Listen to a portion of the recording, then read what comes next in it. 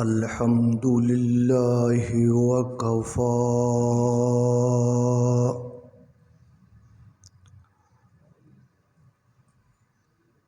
وسلام على عباده الذين اصطفى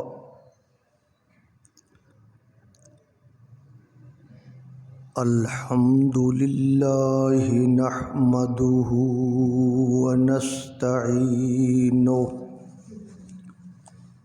ونستغفره ونؤمن به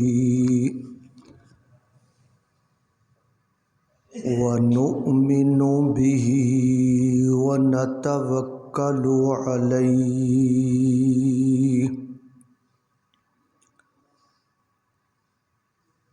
ونعوذ بالله من شرور أنفسنا ومن سيئات أعمالنا من يهده الله فلا مضل له ومن يضلله فلا هادي له ونشهد أن لا إله إلا الله وحده لا شريك له ونشهد أن سيدنا ومولانا محمدًا عبده ورسوله صلى الله تعالى عليه وعلى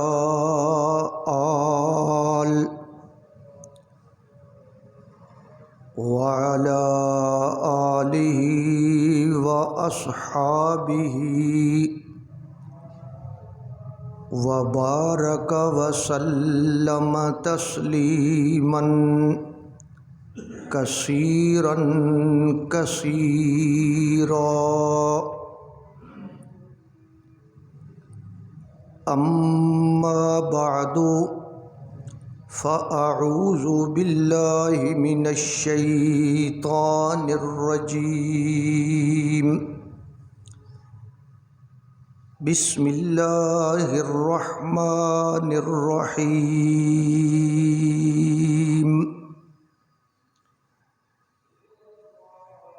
ولا تقربوا مال اليتيم إلا بالتي هي أحسن حتى يبلغ أشده وأوفوا بالعهد إن العهد كان مسؤولا وأوفوا الكيل إذا كلتم وزنوا بالقسطاس المستقيم ذلك خير وأحسن تأويلا ولا تقف ما ليس لك به علم إن السمع والبصر والفؤاد كل أولئك كان عنه مسؤولا آمنت بالله صدق الله مولانا العظیم۔ درود پاک پڑھ لیں۔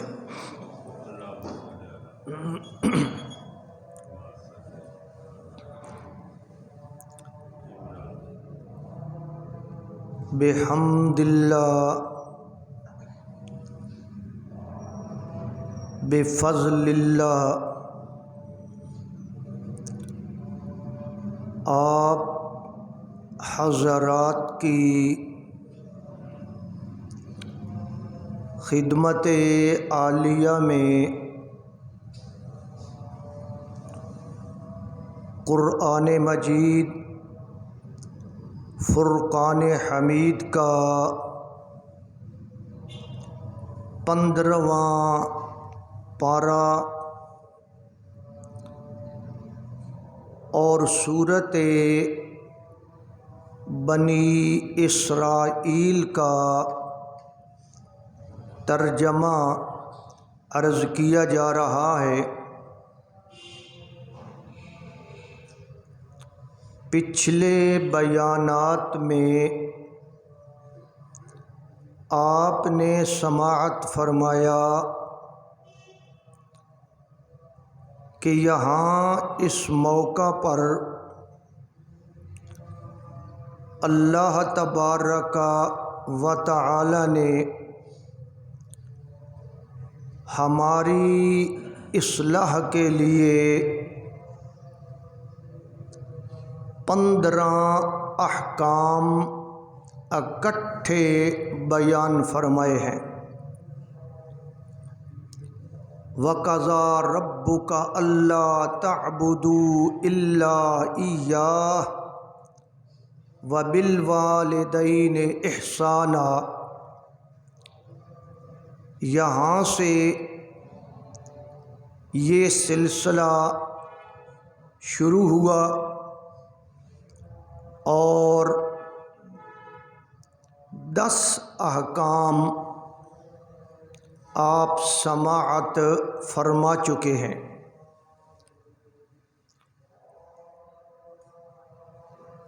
آج آپ کے سامنے 11واں 12واں 13واں 14واں 15واں یہ احکامات بیان کیے جائیں گے۔ اللہ تبارک و تعالی سمجھنے کی اور عمل کرنے کی توفیق عطا فرمائے۔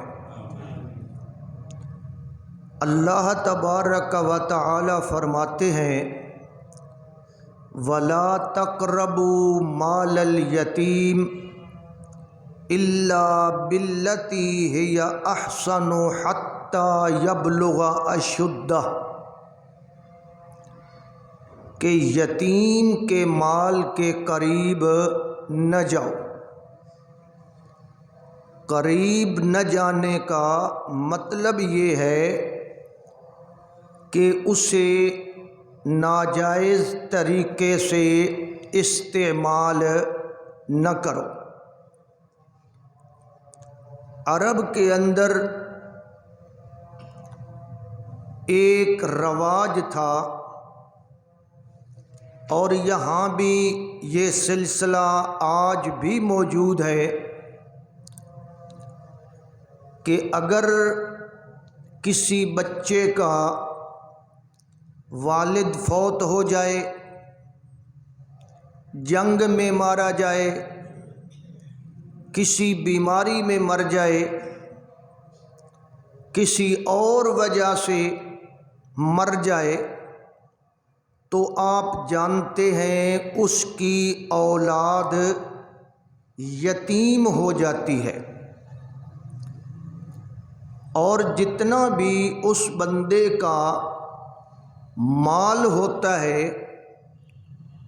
اس کے اندر ان یتیموں کا بھی حصہ ہوتا ہے۔ اب بچے ہیں چھوٹے، ان کا مال ہے، تو عرب کے اندر یہ دستور تھا کہ عام طور پر کوئی قریبی رشتہ دار، مثلاً چچا، ماموں اور کوئی رشتہ دار، ان کا سرپرست بن جاتا تھا کہ اب ان کی پرورش میں کروں گا، بیچارے بچے یتیم ہو گئے ہیں۔ اور پھر سرپرستی کے بہانے وہ آدمی بددیانتی کرتے ہوئے یتیموں کا مال ہڑپ کر جاتا تھا، اور آج بھی یہ چیز چل رہی ہے رشتہ داریوں میں، خاندانوں میں اسی طرح ہو رہا ہے۔ تو یتیموں کا مال وہ لوگ کھا جاتے تھے، مختلف ہیلے بنا کر، مختلف طریقے بنا کر۔ اللہ تبارک و تعالی نے منع فرمایا کہ یتیموں کا مال کھانا تمہارے لیے درست نہیں ہے۔ یتیم جب تک اپنی مرضی سے کسی کو مال نہ دے، اس وقت تک اس کا مال کوئی کھا سکتا، یہ بات سمجھیں۔ اور چھوٹے بچے کی مرضی کا کوئی اعتبار نہیں ہے کہ چھوٹا بچہ ہے، یتیم ہے، اور وہ کہے یہ میرے ابا کی گاڑی تھی، یہ سکوٹر تھا، میں نے فلاں کو دے دیا، یہ میں نے فلاں کو دے دیا۔ اب اس کے دینے کا اس وقت تک کوئی اعتبار نہیں جب تک وہ بڑا نہ ہو جائے۔ اب اس کا مال ہے، اس کو ناجائز طریقے سے کھانا یہ بہت بڑی بددیانتی ہے۔ تو اللہ تبارک و تعالی نے منع فرمایا وَلَا تَقْرَبُوا مَالَ الْيَتِيمِ إِلَّا بِالَّتِي هِيَ أَحْسَنُ حَتَّى يَبْلُغَ أَشُدَّهُ، اور یتیم کے مال کے قریب بھی نہ جاؤ، یعنی قریب بھی نہ جاؤ۔ اب یہ کہنے کا کیا مطلب ہے؟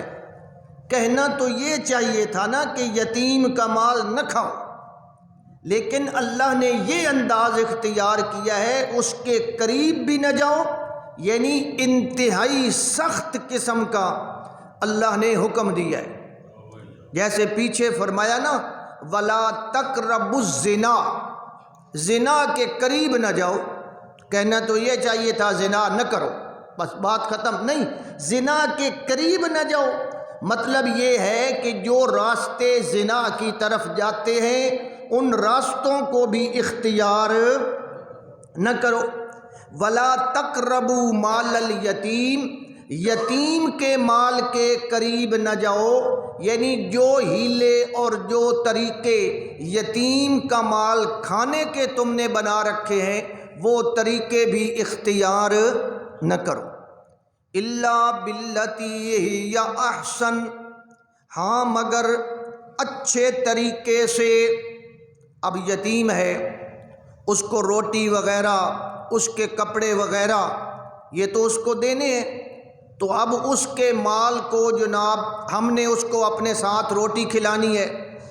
اب یہ تو ہو نہیں سکتا کہ یتیم کے لیے علیحدہ جناب آٹا گوندا جائے، علیحدہ ہانڈی پکائی جائے، کچھ نہ کچھ ملانا تو ہے نا۔ تو یہ احسن طریقے سے آدمی کے اندر بے ایمانی نہیں ہونی چاہیے، اس کی پرورش بھی کرے مگر جناب والا اس کے مال کو ضائع نہ کرے۔ وَلَا تَقْرَبُوا مَالَ الْيَتِيمِ إِلَّا بِالَّتِي هِيَ أَحْسَنُ، مال یتیم کا اس کو نہ کھاؤ۔ ایک اور جگہ پہ فرمایا ان الذین یأکلون اموال الیتامی ظلما انما یأکلون فی بطونہم نارا، جو لوگ یتیموں کا مال کھاتے ہیں وہ ایسے سمجھیں جیسے اپنے پیٹ میں انگارے بھر رہے ہیں۔ وَسَيَصْلَوْنَ سَعِيرًا، اور وہ کہاں ڈالے جائیں گے؟ جہنم میں۔ تو یتیموں کا مال کھانا بغیر ان کی اجازت کے، اور اجازت تب سمجھی جائے گی جب وہ بچہ بڑا ہوگا۔ بچپن میں وہ اجازت دے بھی دے تو اس کا کوئی اعتبار نہیں ہے۔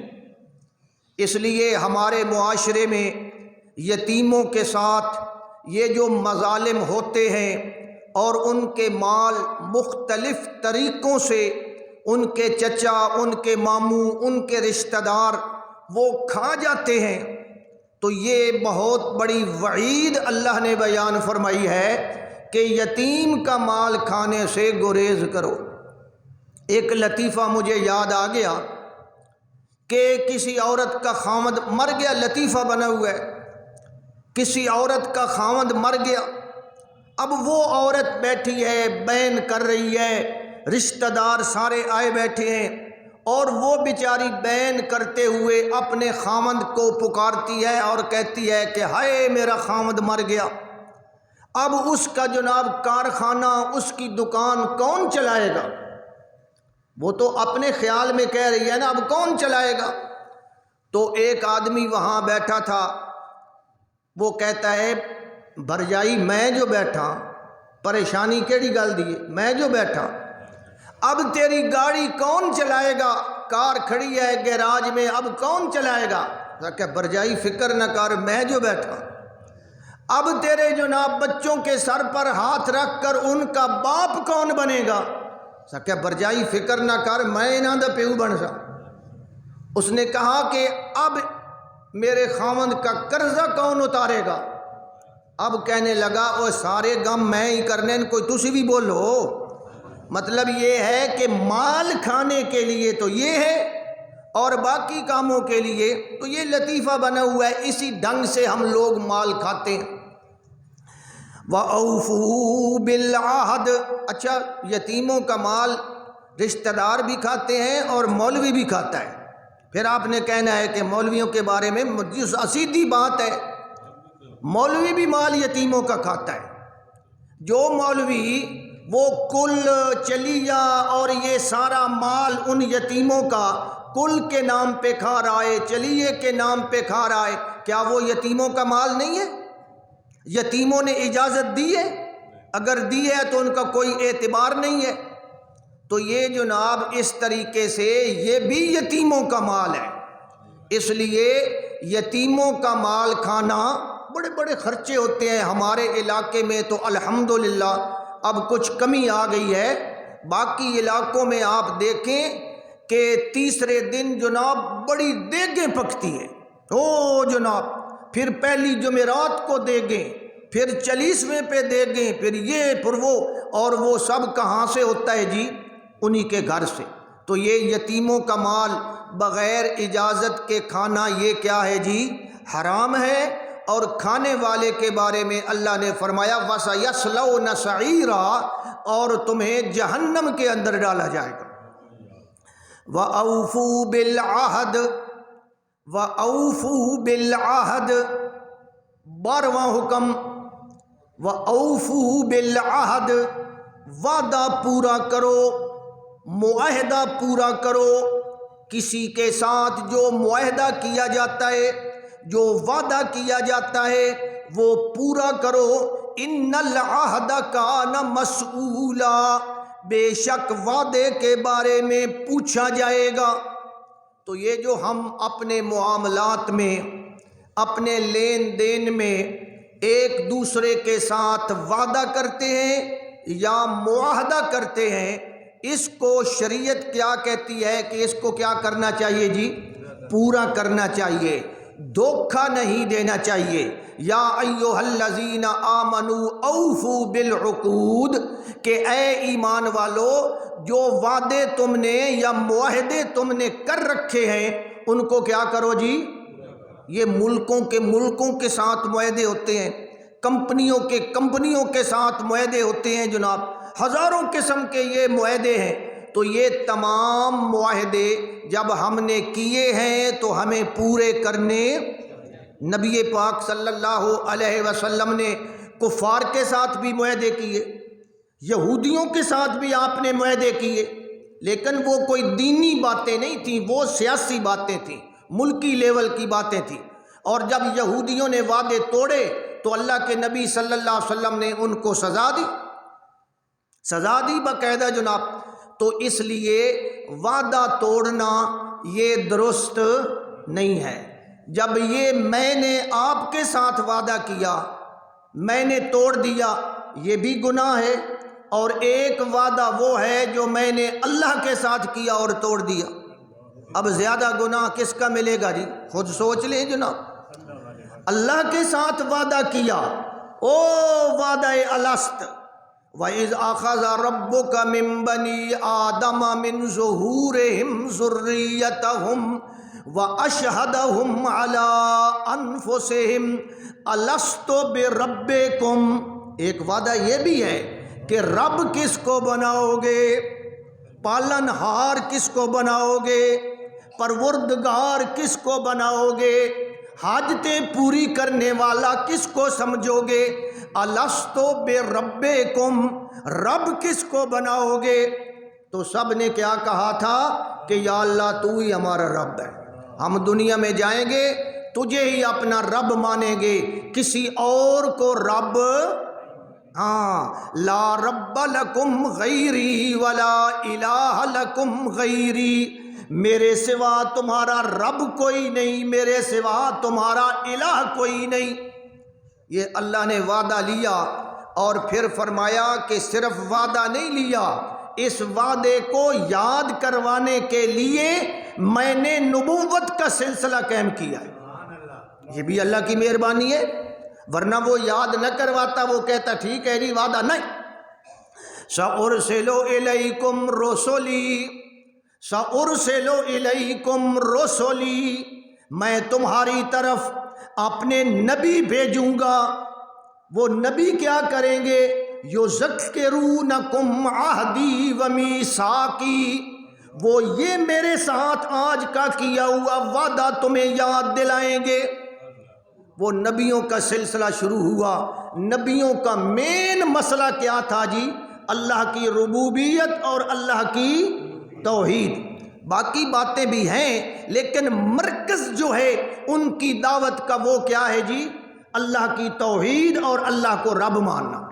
تعالوا الی کلمۃ، اسی لیے قرآن یہودیوں کو بھی بلاتا ہے، عیسائیوں کو بھی بلاتا ہے، اور کس کی طرف بلاتا ہے؟ اعمال کی طرف یا ایمان کی طرف؟ پہلے ایمان کی دعوت ہوگی۔ تعالوا الی کلمۃ سواء بیننا وبینکم الا نعبد الا اللہ ولا نشرک بہ شیئا ولا یتخذ بعضنا بعضا اربابا من دون اللہ۔ اللہ کہتے ہیں یہودیوں عیسائیوں اس بات پہ آ جاؤ جو تمہاری اور ہماری سانجھی ہے، مشترک بات ہے، اس بات پہ آ جاؤ، اور وہ کون سی ہے؟ اللہ نعبد الا اللہ، اللہ کے سوا ہم کسی کی عبادت، اور اگلا وعدہ ولا یتخذ بعضنا بعضا اربابا، ایک دوسرے کو ہم رب، اس کا مطلب ہے وہ ایک دوسرے کو بھی رب بناتے تھے۔ وہ کیسے بناتے تھے وہ میں آگے بتاؤں گا انشاءاللہ۔ وَلَا يَتَّخِذَ بَعْضُنَا بَعْضًا أَرْبَابًا مِّن دُونِ اللَّهِ، اللہ کے سوا کسی کو رب، ضرورتیں پوری کرنے والا نہ بناؤ۔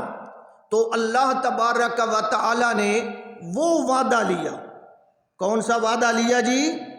جی وعدہ الست، اس کو کہتے ہیں الست۔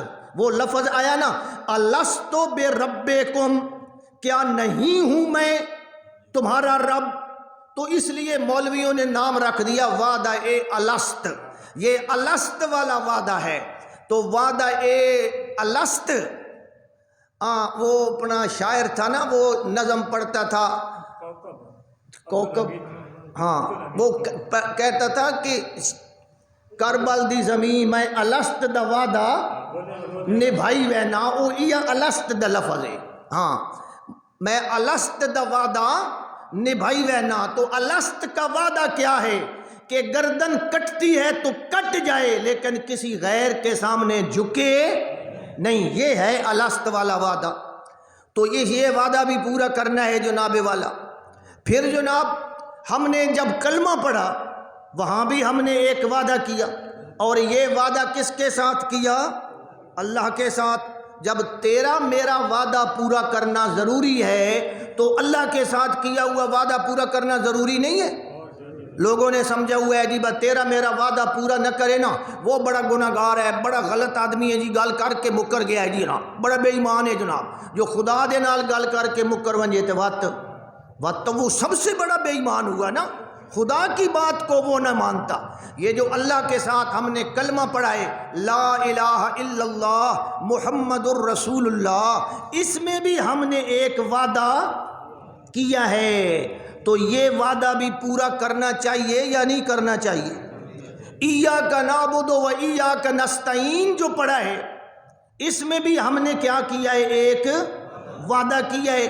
تو میرے بھائیوں تمام وعدے چاہے وہ ملکی سطح پہ ہیں، چاہے وہ محلے کی سطح پہ ہیں، چاہے وہ جناب برادری کی سطح پہ ہیں، چاہے وہ ذاتی نوعیت کے ہیں، وہ سارے وعدے جو ہم نے کیے ہیں وہ ہمیں پورا کرنے چاہیے، اس میں غداری نہیں کرنی چاہیے۔ ہاں جی، وَأَوْفُوا بِالْعَهْدِ إِنَّ الْعَهْدَ كَانَ مَسْئُولًا، وعدے کے بارے میں اللہ تبارک و تعالی سوال کریں گے۔ کیا کریں گے جی؟ سوال، یعنی خصوصی طور پہ سوال ہوگا کہ تو نے یہ وعدہ کیا تھا اور یہ وعدہ اب تو نے پورا کیوں نہیں کیا؟ تو اللہ تبارک و تعالی قیامت والے دن ہم سے اس بارے میں بھی سوال کرے گا۔ ہم نے سمجھا ہوا ہے کہ شاید یہ ہماری اپنی مرضی کی بات ہے، مانے نہ مانے ٹھیک ہے جناب، دھوکہ دیں فراڈ کر لیں جناب والا، اور نہ ان العہد کان مسئولا، وعدے کے بارے میں کل قیامت والے دن اللہ تبارک و تعالی پوچھے گا، اور جب پوچھے گا تو جس نے وعدہ خلافی کی ہے اس کو اللہ کیا دے گا جی؟ سزا دے گا۔ یہ تو بالکل یہ جو مولویوں نے آج کل بنایا ہوا ہے نا کہ جی فلاں مسئلے کے بارے میں اللہ قیامت والے دن نہیں پوچھے گا، یا فلاں مسئلے کے بارے میں قبر میں سوال نہیں ہوگا، یہ مولویوں کا دھوکہ ہے۔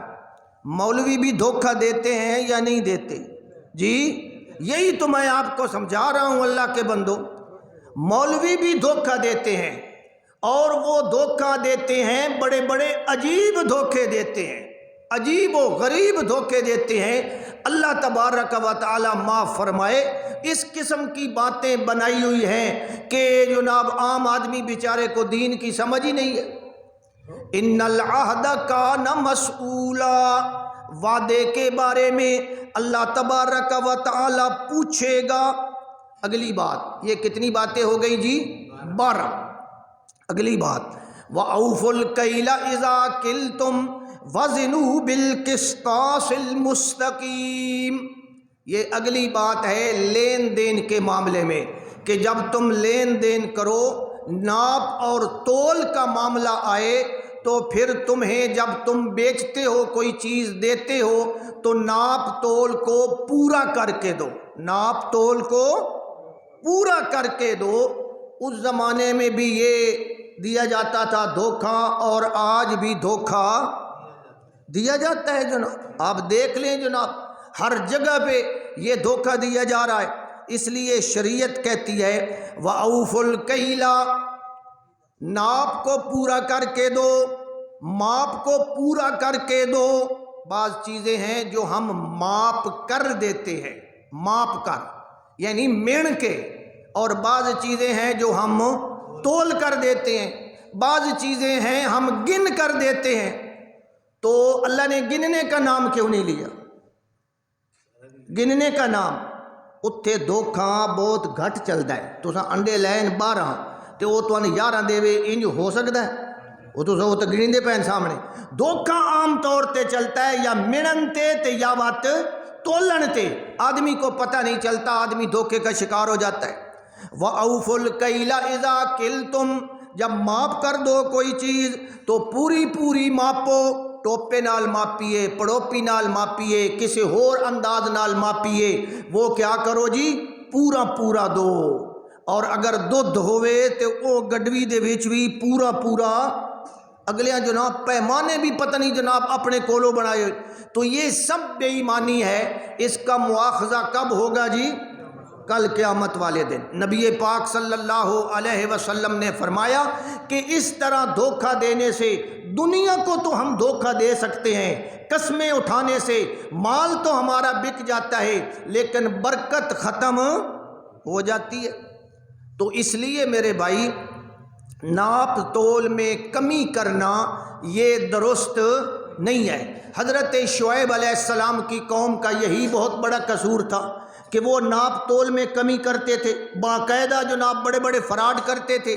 تو اللہ تبارک و تعالیٰ نے حضرت شعیب علیہ السلام کو بھیجا کہ جاؤ میرے پیغمبر، ان کو توحید کی دعوت بھی دو اور اس بات کی بھی ان کی کیا کرو، اصلاح کرو۔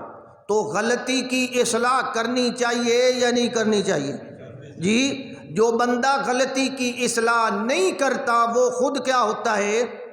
بولیں، گناہگار ہوتا ہے۔ غلطی کی اصلاح کرنی چاہیے، اور اگر آپ غلطی کی اصلاح نہیں کریں گے اللہ تمہاری شکل نہیں دیکھے گا، بھائی شودہ مولوی ہے، اس کو مانا غلطی کی اصلاح کی کوشش کرو۔ تو اللہ ہمیں ایک دوسرے کی غلطیوں کی اصلاح کرنے کی توفیق عطا فرمائے۔ یہ شریعت کا مسئلہ ہے باقاعدہ کہ غلطی کی کیا کرو، اصلاح کرو۔ اور یہ شیطان کا ایک دھوکہ ہے کہ جتھے کوئی لگا رہے سن کیا، جی میں مرضی کوئی کریندہ رہے سن کیا، یہ شیطان کا دھوکہ ہے، شیطانی یہ جناب یعنی کہ جملہ ہے جو ہمیں سکھایا گیا ہے۔ حالانکہ جو شریعت نے ہمیں بات دی ہے وہ کیا ہے کہ جب بھی تم کوئی برائی دیکھو اس کی کیا کرو جی، فَلْيُغَيِّرْهُ بِيَدِهِ، اس کو اپنے ہاتھ سے روکو۔ الحمدللہ الحمدللہ میں یہ کام کر رہا ہوں جتنا مجھ سے ہو سکتا ہے۔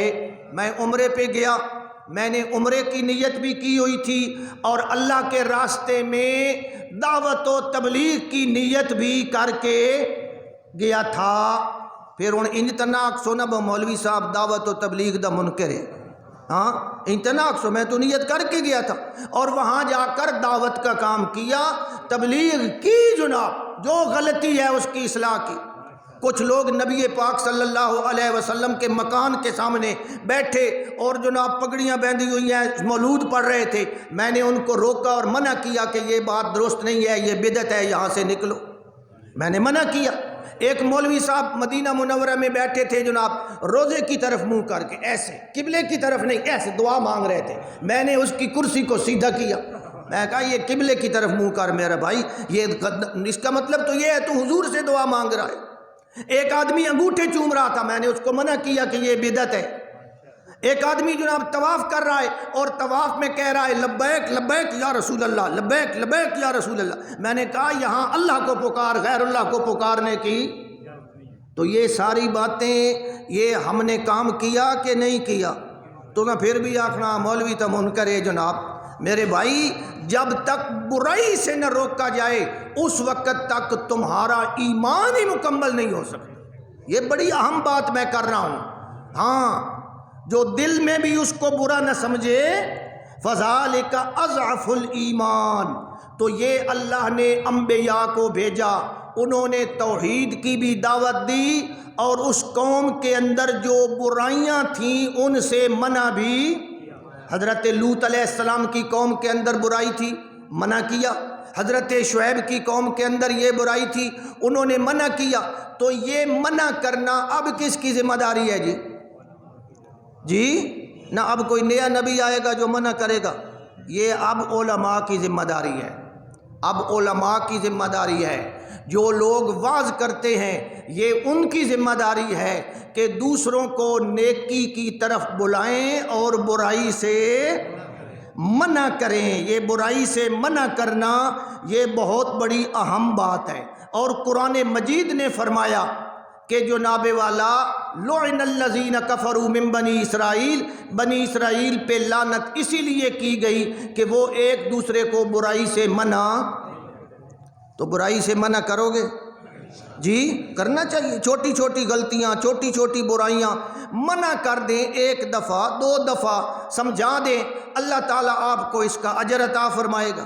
اور اگر آپ یہ کہیں جی نہیں جی نہیں انہوں برائی تو منع نہ کرو، جتھے کوئی لگا رہے، تسی اپنی گڈی چلاؤ، تسی پرائی کیا وے دیو ٹریفک اپنا حادثہ کر باسو، یہ شیطانی چال ہے تاکہ یہ اسلام کے اس رکن سے یہ کیا ہو جائیں، یعنی اس کو کہتے ہیں کہ اس کے آگے نا بند باندھنا، تو یہ شیطان چاہتا ہے کہ برائی کے آگے بند باندھنے والا کوئی نہ ہو، تو یہ جناب ابتدا یہاں سے ہوتی ہے، اور پھر اسی برائی سے روکنے کی انتہا کہاں ہوتی ہے؟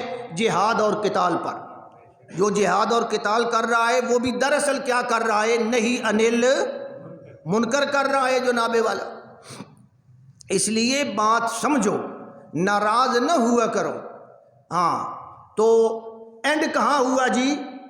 امر بالمعروف اور نہی انل منکر۔ نہی انل منکر چلتے چلتے کہاں اینڈ ہوا جی؟ جہاد پر، قتال پر، کافروں کے ساتھ لڑائی پر، کیونکہ جناب ان کو ہم نے روکنا ہے کہ وہ اسلام کے مقابلے میں نہ آئیں۔ اللہ ہمیں سمجھنے کی توفیق عطا فرمائے۔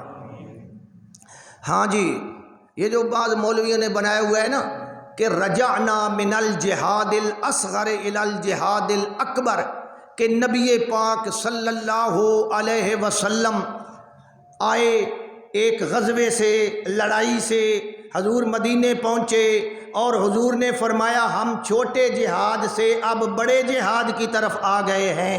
یہ تم نے سنا ہوا ہے، مولوی بیان کرتے ہیں، یہ سارا جھوٹ ہے۔ اور میں جھوٹ نہ آکھاں دے تو آکھنا جی مولوی صاحب بھائی میں تو مجبور ہوں، پیچھے سے قرآن سے مجبور ہوں کہ جو جھوٹ ہے یہ نبی پاک صلی اللہ علیہ وسلم کی حدیث نہیں ہے، کسی تیرے میرے بندے کی بات ہے، تو اب حضور کی طرف منسوب کریں گے تو ثواب ملے گا۔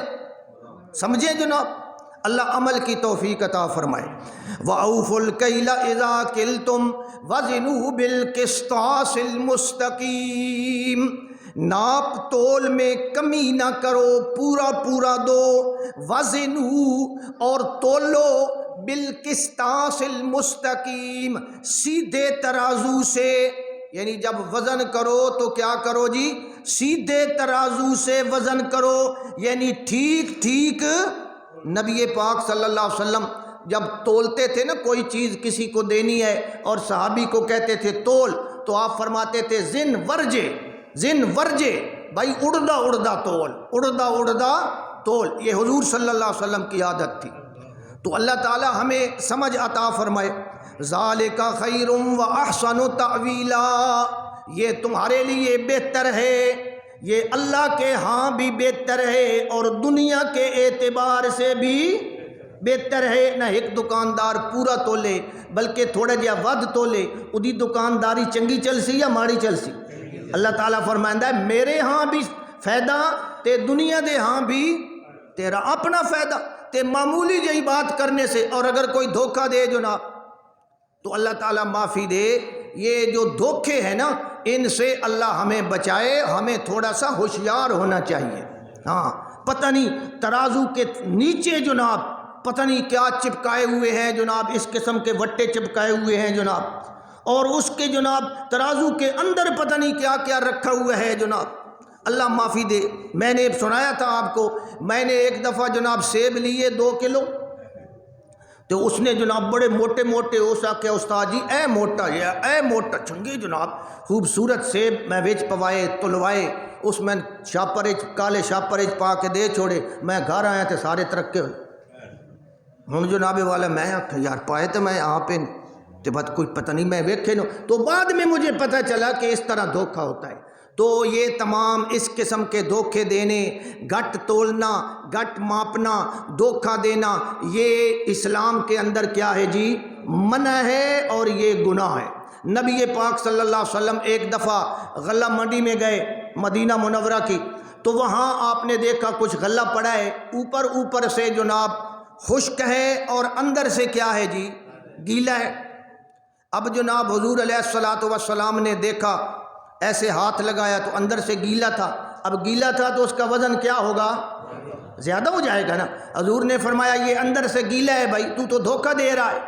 تو نبی پاک صلی اللہ علیہ وسلم کو دکاندار نے کہا حضرت نہیں یہ ویسے بارش آ، حضور نے فرمایا اگر بارش آئیے تو انہوں پرتا کے رکھ وکھیندہ ہو رہے تے دیندہ، اے سارے جڑے جناب دکاندار ان وکھیندے ہو رہے تے دیندے، وکھیندے تو ان پرلے پاسوں تے دیندے پرلے پاسوں، پھر آپ اندازہ لگائیں تو انہاں ساریاں چیزاں تو ہوشیار ہوئے ودے ہو یا کوئی نہ ہوئے ودے، اے تو جناب دکاندار نے پرلے پاسو وکھایا تے ارلے پاسو دیتا، مولوی بھی پرلے پاسو وکھا کے ارلے پاسو دینا، مولوی بھی دھوکہ دیتے ہیں، اللہ تعالی ہمیں بچائے۔ وَلَا تَقْفُ مَا لَيْسَ لَكَ بِهِ علم، یہ بڑا اہم حکم ہے، وَلَا تَقْفُ مَا لَيْسَ لَكَ بِهِ علم، اور اس چیز کے پیچھے نہ چل، لا تقفو، اس کے پیچھے نہ چل، ما لیس لک بہ علم، جس کا تیرے پاس پکا مضبوط علم نہیں ہے۔ مطلب کیا ہے کہ تحقیق کرنی چاہیے، اور جناب والا بلا تحقیق کسی بات کے پیچھے چلنا نہیں چاہیے، یہ تو بہت بڑا جرم ہے جناب۔ نبی پاک صلی اللہ علیہ وسلم نے فرمایا کفا بالمرء کذبا ان یحدث بکل ما سمع، حضور نے فرمایا آدمی کے جھوٹا ہونے کے لیے یہی کافی ہے کہ وہ جو کچھ سنے آگے بیان کرتا چلا جائے، آگے ہکی کو لو سنیا اور جناب دوسرے نے پھر اگا تیسرے نے پھر وہ جناب پھیلا دی بات، تو یہ کیا ہے؟ یہ جھوٹ کی ایک شکل ہے۔ تو آدمی کو کیا کرنی چاہیے؟ کچھ تحقیق کرنی چاہیے، یہ مطلب ہے۔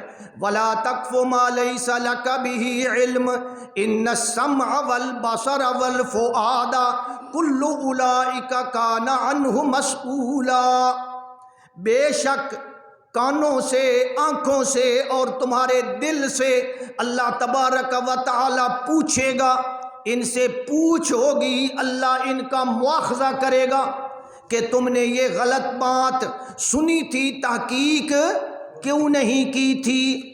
اب سمجھ آ گئی جی؟ وَلَا تَقْفُ مَا لَيْسَ لَكَ بِهِ عِلْمٌ، اس چیز کے پیچھے نہ پڑ جس کا تجھے علم نہیں ہے۔ ایسے کیا مراد ہے؟ جس کا تیرے پاس ثبوت نہیں ہے، اور اگر ثبوت نہیں ہے اور بلا وجہ اس کو ہم آگے پھیلائیں تو یہ ثواب کا کام ہے یا گناہ کا کام ہے؟ سمجھو میرے بھائی، ہم تمہارے فائدے کے لیے بات کرتے ہیں تاکہ اللہ کرے ہم سب کہاں پہنچ جائیں؟ جنت میں پہنچ جائیں۔ نہ ایک بات ہے میرے بارے میں، آپ نے کوئی بات پھیلائی جو کہ نہیں تھی، وہ بات نہیں تھی، آپ نے میرے بارے میں پھیلائی، گناہ ملے گا یا نہیں ملے گا؟ ملے گا۔ اور ایک بات ہے جو نبی کے بارے میں پھیلائی، اب بتائیں جی، اب گناہ نہیں ملے گا؟ نہ میرے متھے لائی آؤ مولوی صاحب ہو رہا ہے نہیں فرمایا، مولوی صاحب ہو رہا ہے نہیں فرمایا، جب اس کا گناہ ہے تو اللہ کے نبی کے متھے لگانے کا کوئی گناہ نہیں ہے۔ نبی پاک صلی اللہ علیہ وسلم نے فرمایا کہ جو آدمی میرے بارے میں کوئی جھوٹ بولے، من کذب علی متعمدا فلیتبوا مقعدہ من النار، جو بندہ میرے بارے میں، حضور کے بارے میں وہ جھوٹ بولے، جھوٹی بات کرے، اس کا ٹھکانہ کہاں ہوگا؟ اے میں پہ آدھا یا یہ کوئی میرے گھر دا مسئلہ ہے؟ اس لیے میرے بھائی احتیاط کرنی چاہیے، ایک دوسرے کے بارے میں بھی احتیاط کریں۔ ایسے الزامات لگا دینا، میں تو باقاعدہ جناب ایک کاغذ چھاپ کے نا تقسیم کی تو ہے پورے شہر کہ میرے بارے میں کوئی جھوٹی بات آپ سنیں، اس قسم کی بات سنیں، آپ اس کی مجھ سے تحقیق کریں۔ یہ میں تو باقاعدہ شائع کر دیتا ہے، میں کہ ہوں ادھر اور جواب کوئی نہیں، تو کسی کے بارے میں بھی ہو تحقیق کرنی چاہیے یا نہیں کرنی چاہیے؟ تو جب حضور کے بارے میں ہم ایسی بات کریں گے بلا تحقیق تو کیا خیال ہے اللہ کی رحمت نازل ہوگی؟ حضور نے فرمایا کہ تمہارا ایک دوسرے پر جھوٹ بولنا، یہ بھی حضور کا فرمان ہے، میں ذمہ دار ہوں، تمہارا ایک دوسرے کے بارے میں جھوٹ بولنا یہ اور بات ہے، اور میرے بارے میں جھوٹ بولنا یہ اور بات ہے۔ حضور نے فرمایا میرے بارے میں جھوٹ بولنا اور میرے اوپر جناب بات لگا کر جھوٹی بات آگے پھیلانا، اس لیے بڑی احتیاط کی ضرورت ہے۔ اسی لیے تو علماء نے جناب باقاعدہ علم ایک ایجاد کیا، سندوں کا علم، راویوں کا علم، کہ یہ فلانا راوی فلانا ہے۔ یہ ساری چیز اسی لیے ہے تاکہ اللہ کے نبی کے ذمے ہم کوئی جھوٹ نہ لگائیں۔ اگر ہم نے جھوٹ لگا دیا تو حضور کا فرمان ہے فَلْيَتَبَوَّأْ مَقْعَدَهُ مِنَ النَّارِ، وہ آدمی اپنا ٹھکانہ کہاں بنا لے؟ دوزخ میں۔ تو بات کی میرے بھائی تحقیق کرنی چاہیے۔ ایو گل تو میں تو آدھا بار بار پٹ کے رہا بھائی، مولوی تقریر کرے تے تو کوئی گل لگے نا، تو مزاج بن گیا ہے ہوں قرآن والا مزاج۔ قرآن والا جس کا مزاج بن جائے گا نا، کوئی گل تھوڑی جہی ہو سی نا غلط، ان دماغ سے کھٹک سی، ایسی بات ہو تو مولوی سے پوچھو گے یا نہیں پوچھو گے؟ پوچھو جناب مولوی سے، تو انشاءاللہ مولوی صاحب بھی محتاط ہو جائیں گے۔ اور اسی لیے علماء نے فرمایا ہے کہ جناب جاہل آدمی کو واعظ کرنے کی اجازت، جب جاہل آدمی واعظ کرے گا تو کیا خیال ہے، اس کی کوئی گارنٹی ہے؟ تو جاہل آدمی کو واعظ کرنا، جاہل ہو یا کل متجاہل ہو، اس کو واعظ کرنا درست نہیں ہے۔ کیوں کہ غلطی کا زیادہ امکان ہے۔ اج کل تو خیر ماشاءاللہ جاہل تجاہل رہا، مولوی بھی جڑے او جناب سٹیج تے بہ کے کوڑ چگے بھلے ماری آندے جناب۔ ہن کدے ونجیے جناب دسو؟ ادا حل ایک کوئی ہے، تحقیق کرو، اس مولوی نپو اس کی تحقیق۔ ایک مولوی صاحب کہہ رہے تھے ہاں جناب والا دیکھو حضور کا جنازہ سب سے پہلے اللہ تبارک و تعالی نے پڑھا۔ یہ گل دی تحقیق کرو، مولوی نے آکھیا ذمہ وار میں ہاں، تحقیق کرو۔ ایک مولوی صاحب کہہ رہے تھے قیامت والے دن اللہ جنت میں جنتیوں کو گانا سنائے گا، ذمہ وار میں ہاں، تحقیق کرو۔ کرو گے یا کوئی نہ جی؟ تو آخنا جی اسی تے تحقیق نہ کریں دے۔ اللہ کے بندو، ایک مولوی صاحب کہہ رہے تھے حضور جدوں پیدا ہوئے نا، انہیں سدھے سجدے چ لگے گئے، انہیں سجدے چوان کے تے اے آرک انج رکھ کے تے انج اتنا کر کے آپ نے فرمایا لا الہ الا اللہ واللہ اکبر۔ ان گل تو بڑی سونی ہے، حضور نے لا الہ الا اللہ پڑھا ہے لیکن ہے سارا جھوٹ، اور مولوی صاحب جھوٹ بولے نہ۔ اے جڑی داڑھی ہے اے جھوٹ بولیے تو اگو بریک لگ ویندی ہوٹھاں تے، یہ تو کچھ نہیں آتی تے تو اسی داڑھی والے تے بھلے کھلوتے ہیں۔ اس لیے میرے بھائی اس کا حل یہ ہے قرآن کے قریب آئیں، اپنا مزاج قرآن والا بنائیں، اور دوسرا حل یہ ہے کہ مولوی سے کم از کم پوچھیں، مولوی سے کم از کم پوچھیں، سوال کریں۔ کوئی مولوی توہن منہ وچ نہیں پا سکتا، جرت ہی نہیں ہے اس کی، آپ اس سے سوال کریں، پوچھیں۔ اور میں دساں نا گلاں وقت تو سا کبڑی وینا ہے، لیکن کبڑی ونجو تے مینو اس چیز دا ڈر، بالکل گل سچی کرنی، میں کوئی مسجد دا ملازم تا کوئی نہ جناب، جیڑا شودا ملازم ہوندا ہے تنخواہ لیندا ہے وہ سوچیندا ہے مسجد کھسی ویسی، اس واسطے میں سچی گل، میں نے تو سچی گل کرنی ہے۔ عوام کے اندر یہ جو بات مشہور ہے آپ نے بھی سنی ہوگی کہ نبی پاک صلی اللہ علیہ وسلم، اب کس کی بات ہے جی؟ حضور کے بارے میں، کہ نبی پاک صلی اللہ علیہ وسلم دعوت دینے کے لیے ابو جہل کے دروازے پر 100 دفعہ گئے تھے۔ یہ بات مشہور ہے، تو سب کدائیں سنی ہو سی، میں بھی سنی ہے، یہ سب جھوٹ ہے۔ اب کس کے بارے میں جھوٹ ہے جی؟ حضور کے بارے میں۔ تحقیق کریں نا، مولوی چپے چپے تے مولوی بیٹھا ہے جناب، تحقیق کریں آپ۔ اگر جناب ایک گل ٹھیک ہوئے تو میں نے بھی دسیا ہے، میں جمعے دوتے معذرت کر لیسا۔ یہ جو جناب عوام کے اندر ایک بات مشہور ہے کہ ایک ہنیری رات آئی، بڑا طوفان آئی، بڑی بارش آئی، نبی پاک صلی اللہ علیہ وسلم ابو جہل دے دروازے تے گئے انہوں دعوت دین واسطے، تے ابو جہل اندروں اپنی بیوی نو آکھیا بے ایڈی بارش تے ایڈے طوفان جیڑا بندہ آیا ہے نا اس دی گل میں موڑ ساں نہیں۔ ابو جہل آکھیا بھائی بندہ اتنی کسے مجبوری چاہیا ہے؟ جب ابو جہل باہر نکلا تو حضور نے اس کو کلمے کی دعوت دی۔ کلمے دی دعوت دینا اچھی گل ہے، لیکن یہ واقعہ حدیث کے اندر ثابت، تو پھر کس کے ذمہ جھوٹ لگایا جناب؟ بولیں حضور کے ذمے جھوٹ، جب حضور کے ذمے جھوٹ لگایا تو کیا خیال ہے اللہ کی رحمت ہوگی؟ گلاں بعض اوقات سونیاں ہوندیاں لیکن متھے کدے لائیاں گئیاں حضور دے، تے کیا خیال ہے جی حضور دے ذمے جناب ہر گل لائی آؤ، حضور نے یہ فرمایا، حضور نے یہ فرمایا۔ ایک جناب والا ایک اور بات عوام میں مشہور ہے کہ اللہ کے راستے میں نکلے ہوئے آدمی کی دعائیں اس طرح قبول ہوتی ہیں جس طرح بنی اسرائیل کے انبیاء کی قبول ہوتی تھیں۔ جھوٹ ہے، کوئی اس کا ثبوت نہیں ہے۔ پھر دسو ایمانداری نال دسو مولوی جھوٹ بول دے یا نہیں بول دے؟ عوام میں ایک اور بات مشہور ہے کہ نبی پاک صلی اللہ علیہ وسلم جب نبی بنے نا تو آپ حضرت خدیجہ کے ہاں آئے، آپ نے حضرت خدیجہ سے کہا کہ خدیجہ یہ مجھے اب ملی ہے، نبوت کا حکم ملا ہے، اور حضور نے فرمایا خدیجہ ہن میرے آرام دے دن ختم ہو گئے، میرا بستر ہن ولیٹ چھوڑ، ٹھپ چھوڑ، ہن میرے آرام دے دن ختم ہو گئے، ہن کیا آرام ہے، ہن تو دعوت ہی دعوت دینی ہے۔ دعوت دینا الگ مسئلہ ہے لیکن یہ واقعہ کیا ہے جی؟ جھوٹ ہے۔ اور کس کے ذمہ جھوٹ لگایا گیا اور کس نے لگایا؟ تحقیق کریں، ناراض نہیں ہونا، تحقیق کرنی ہے مولویاں کولو کہ مولوی صاحب اے گل سنیے، سانو تحقیق کر کے اے حدیث، یہ کوئی حدیث نہیں ہے جناب والا۔ نبی پاک صلی اللہ علیہ وسلم نے حضرت ابو بکر کو دعوت دی، حضرت ابو بکر نے ایمان قبول کر لیا اور فرمایا حضرت جی ہن میرا کی کام ہے؟ یہ گل بھی تو سنی ہوئی ہو سی، حضرت جی ہن میرا کیا کام ہے؟ حضور نے فرمایا جیڑا کام میرا ہے وہ کام تیرا ہے، یعنی میں بھی دعوت دینا، تو بھی دعوت دے، دعوت دینا اپنی ذات الگ ہے لیکن یہ واقعہ کیا ہے جی؟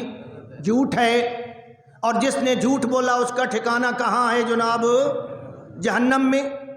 تو اس لیے میرے بھائی یہ باتیں سمجھیں، وَلَا تَقْفُ مَا لَيْسَ لَكَ بِهِ علم، جب تک کسی کے بارے میں آپ کو پکی تحقیق نہ ہو اس بات کے پیچھے اکھے نبی پاک صلی اللہ علیہ وسلم کھلوتے آن تے ایک یہودی دا جنازہ گزرے، نبی پاک صلی اللہ علیہ وسلم نو آنسو آ گئے، رو پے آپ۔ صحابہ نے آکھیا حضرت جی روندے کیوں پے ہو؟ اے یہودی ہے، بے ایمان مر گیا، یہودی ہے، تساں روندے پے ہو؟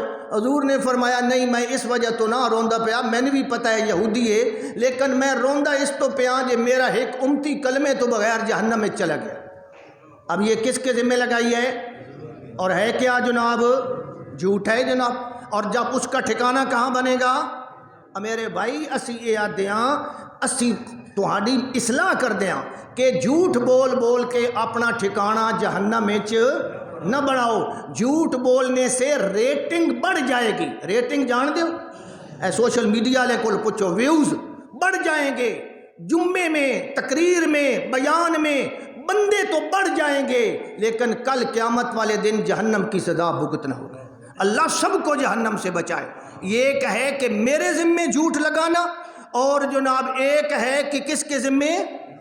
اکھے جی نبی پاک صلی اللہ علیہ وسلم نے فرمایا ہے دعوت کا کام کرنے والے، تبلیغ کا کام کرنے والے، ان کی کرسیاں کل قیامت والے دن انبیاء کی کرسیوں کے برابر ہوں گی، فقط ان پہ مور نبوت نہیں ہوگی، نبیوں کی کرسیوں پہ نبوت والی مور ہوگی اور ان کی کرسیوں پہ نبوت والی مور نہیں ہوگی لیکن ہوں گی نبیوں کے۔